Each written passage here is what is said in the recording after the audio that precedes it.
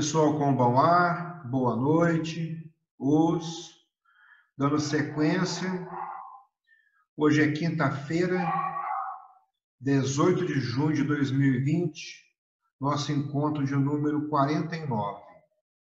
Nós falamos no nosso último encontro sobre dialética, método dialético, e vamos continuar falando sobre o mesmo assunto. Vamos falar um pouquinho sobre a dialética materialista. Então, a gente vai acabar por falar um pouquinho de Marx, de marxismo, tá? Recentemente aconteceu um problema aí com o presidente da Fundação Palmares, teve uma polêmica lá, ele foi acusado de racismo, né? Não sei se vocês acompanharam. E aí os repórteres estavam conversando com ele, ele começou a criticar Marx. E aí o repórter fez uma pergunta muito boa, falou: qual livro de Marx você já leu? E ele começou a rir, né? Então, muitas pessoas olham para você, para um ou para outro, e falam: seu marxista, seu socialista, seu comunista, seu vermelho. E às vezes a pessoa não tem a menor ideia do que está falando, né? Então, a gente vai pegando o gancho da nossa última aula, vamos pegar o gancho e falar um pouquinho sobre Marx, tá? Vamos começar dando uma definição por cima que vai ficar mais clara no decorrer do nosso bate-papo. Marxismo é um método de análise socioeconômica sobre as relações de classe e conflito social que utiliza uma interpretação materialista do desenvolvimento histórico e uma visão dialética de transformação social. Essa é uma definição das mais comuns e das mais aceitas, tá? Mas o pensamento de Marx, ele é bastante polêmico, ele provoca discordâncias mesmo entre as várias correntes marxistas, tá? Então, isso aí acabou por disseminar algumas interpretações diferenciadas. É como se tivesse, assim, muitas pessoas falando de marxismo, mas você percebe que o que uma fala, às vezes, é bastante diferente do que o que a outra fala. Para nós que temos aí os estilos de karatê, fica muito fácil entender. Então, de repente, você odeia o marxismo, né? Não gosta ou até gosta demais, mas você vai perceber que você gosta de uma determinada forma de interpretação. E esse é um problema, né? Então, fica muito difícil hoje separar o que é de fato, o que veio de fato de Marx e o que é interpretação, o ajeitar.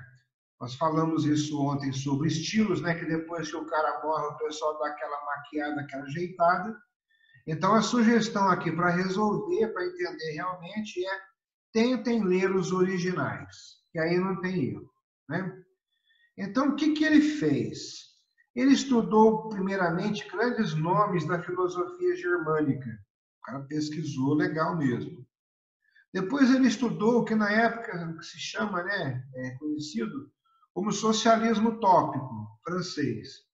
Ele acreditava que este grupo fazia boas críticas ao sistema capitalista, mas que eles falhavam em não estudar como esse sistema funciona. E eles pecavam também por não reconhecer na classe trabalhadora o potencial de transformação da sociedade. Por isso ele pretendia desenvolver um socialismo científico para lidar com as lacunas que ele achou no socialismo utópico. Depois disso aí também, ele estudou economia política, ele entendia bastante de economia. Tá? Então, ontem nós falamos bastante de Hegel, que desenvolveu o método dialético, que consiste em considerar que todos os seres e entes passam por três momentos primordiais, que são a tese, a antítese e a síntese. Né? Então, para ele, um idealista, ele é considerado um idealista, são as ideias, é a consciência humana que constitui o fator primário da realidade e da história. E a matéria seria reflexo dessas ideias. Tá certo? Então é muito interessante entender isso aí.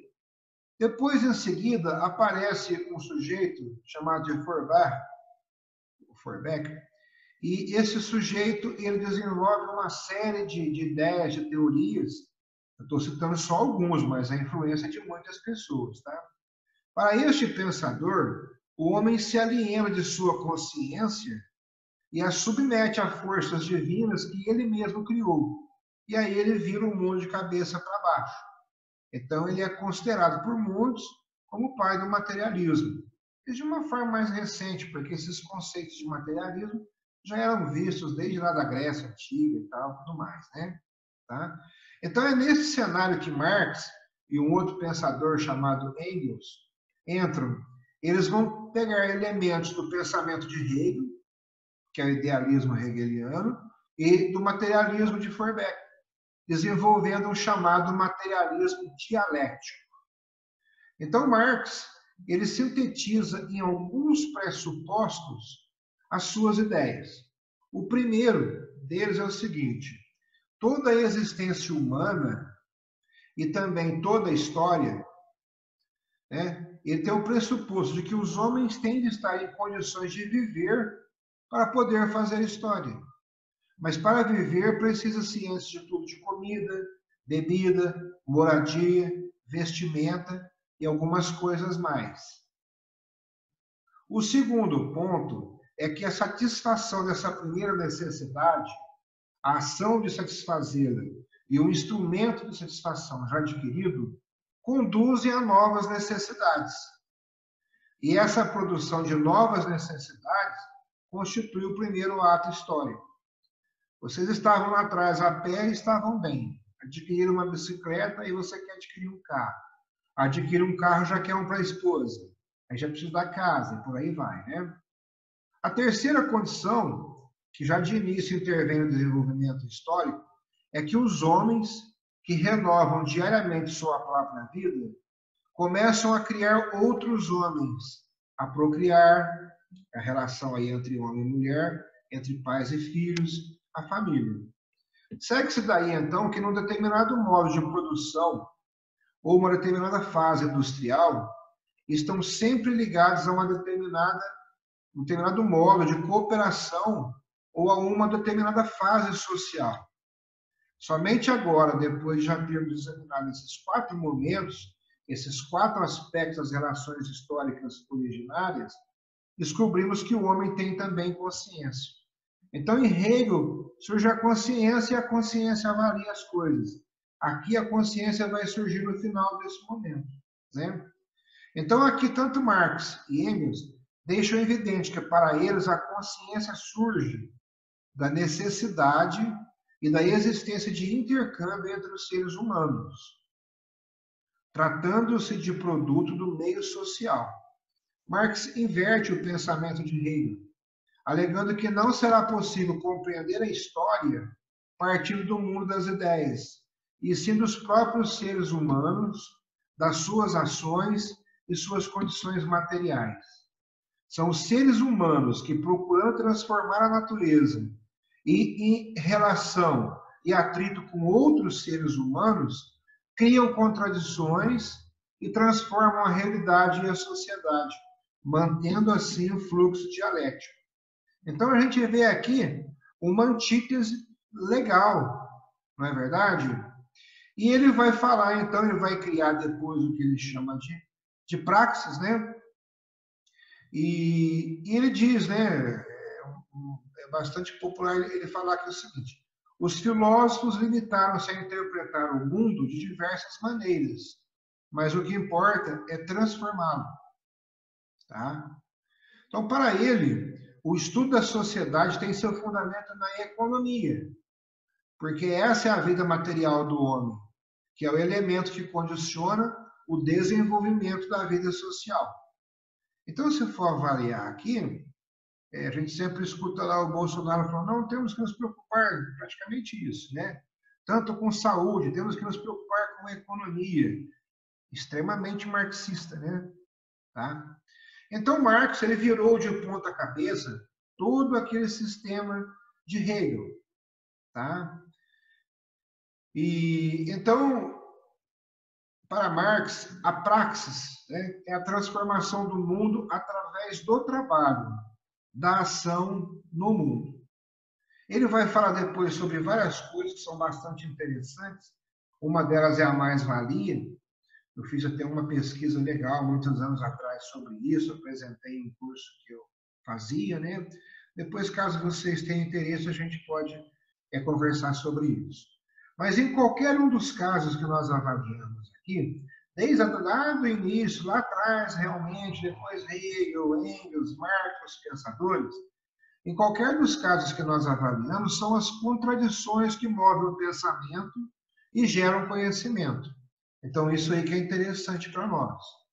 Então, a gente aproveitando essas informações, a gente vai falar da arte marcial, e aí já é bom até alertar vocês. Depois teve um outro pensador que não concordou muito com o primeiro, nem muito com o segundo, e aí ele desenvolve novas teorias em cima da mesma ideia, ele faz uma síntese, né?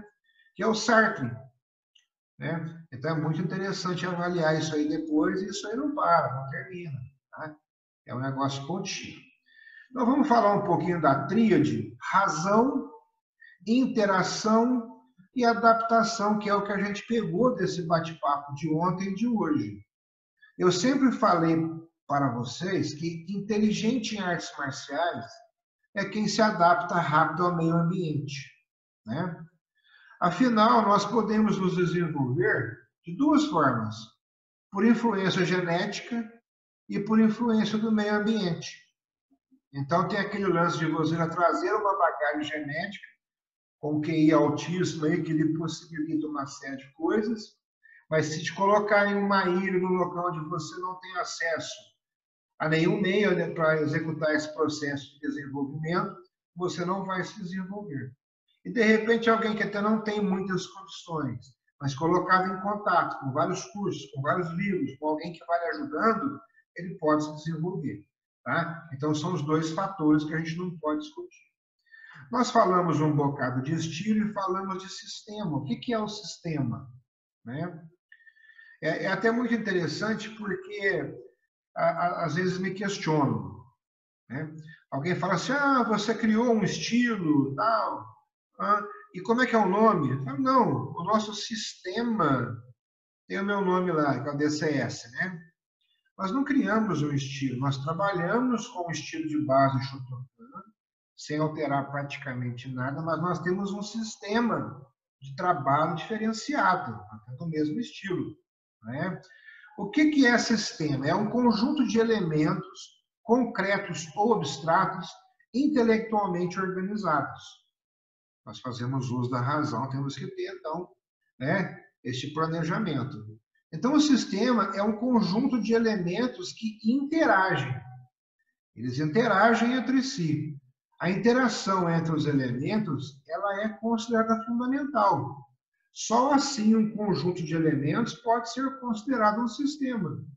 Um conjunto de elementos que não tem interação entre eles, de maneira nenhuma pode ser considerado como um sistema. Tá?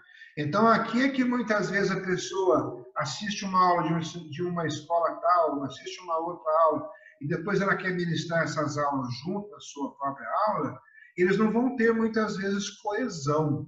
Falta essa interação entre eles. Por isso que no nosso caso a gente fala que é um sistema, porque elas interagem sem nenhum problema. Tá? Outro detalhe, só é um sistema se podemos gerenciar os recursos que possuímos, através de um conhecimento profundo, para sabermos a qual dar atenção naquele momento, qual utilizar, como adaptar isso aí, né? E essa interação nos permite combinações ad infinitum. Tá? Falamos também sobre estilo e vamos acrescentar aqui, com base nessas teorias dialéticas principalmente, que não existe estilo puro. Todos os estilos têm influências de experiências prévias. Por quê? Porque um estilo só evolui através da contradição que existe no ser humano, né? Que é a antítese. Ou seja, em qualquer estilo que a gente vá pesquisar, podemos perceber influências de outros estilos que o precederam, ou com o qual convive. Essa diversidade não é negativa. Ela é necessária, é fundamental e nos permite uma vantagem estratégica. Né? Tem até aquela máxima, conhecer para dominar.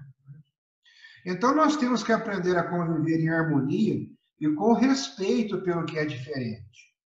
Temos que nos apoiar e aproveitar todas as possibilidades. O que é isso? É adaptação. Eu acabei de colocar, né? O que sobra, o que prevalece, não é necessariamente o mais forte, mas sim o que tem maior capacidade de adaptação. Inclusive, adaptação na maneira de pensar, por aí vai, né? Desenvolvimento é isso. Isso aqui me lembra dos gregos. E eles, embora mortos como civilização, conquistaram o Ocidente, né? O pessoal fica brigando demais de tradição, né?